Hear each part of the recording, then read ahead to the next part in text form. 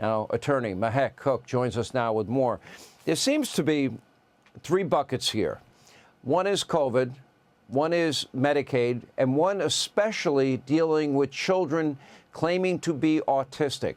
And as Dr. Oz has pointed out on the show, those numbers went from the low millions to hundreds of millions in a 5-year period of time. And the percentage of kids that they are claiming were autistic is just astronomical than any other community or state in the entire country. Can you explain it?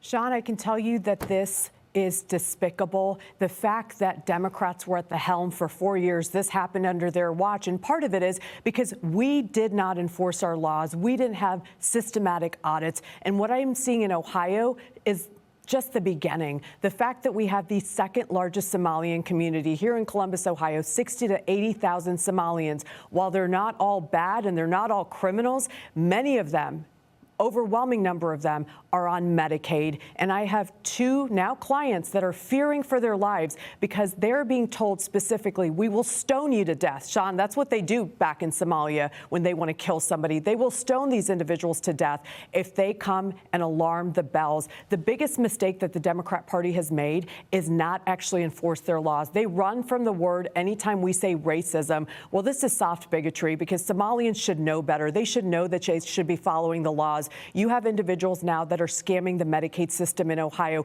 They were trying to push these providers to rubber stamp providing bills so that they could have disability help and so many other things for elderly care when they didn't need it. And when the provider said no. Let me ask you, though.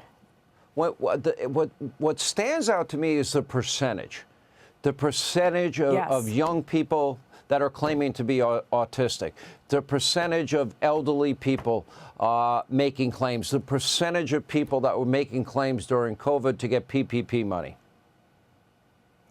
Well, there's an increasing percentage because let's not forget, we imported these communities to places like Minnesota and Ohio. We didn't import people. We didn't actually look at the law and say, you qualify to come to the United States of America. We imported large communities to come into these different states. And then what we did was organized crime syndicates. You have a country like Somalia, which they're known for their crime and the corruption. We imported that here. So why are we surprised that we had increases in fraud, waste, and abuse? These individuals were able to scam a system because there was no audit, Sean. The Democrats weren't looking. They were looking the other way. Tim Walz knew that there was fraud back in 2020. He looked the other way because they're the largest voting base for him, the Somalian people. And in Ohio, it's the same story. They figured out a way to find some of these states that have a low bar of entry where they could get a doctor to rubber stamp them. And guess what? Now the doctors and nurses are Somalians. So they're rubber stamping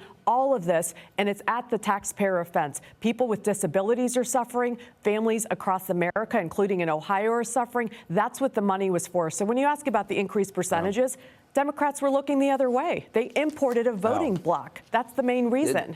He was warned, and we had whistleblowers telling him he didn't care. He didn't want to alienate a large voting bloc in his state. It's that clear. We need to get to the bottom of it. Mahek, thank you. Appreciate it.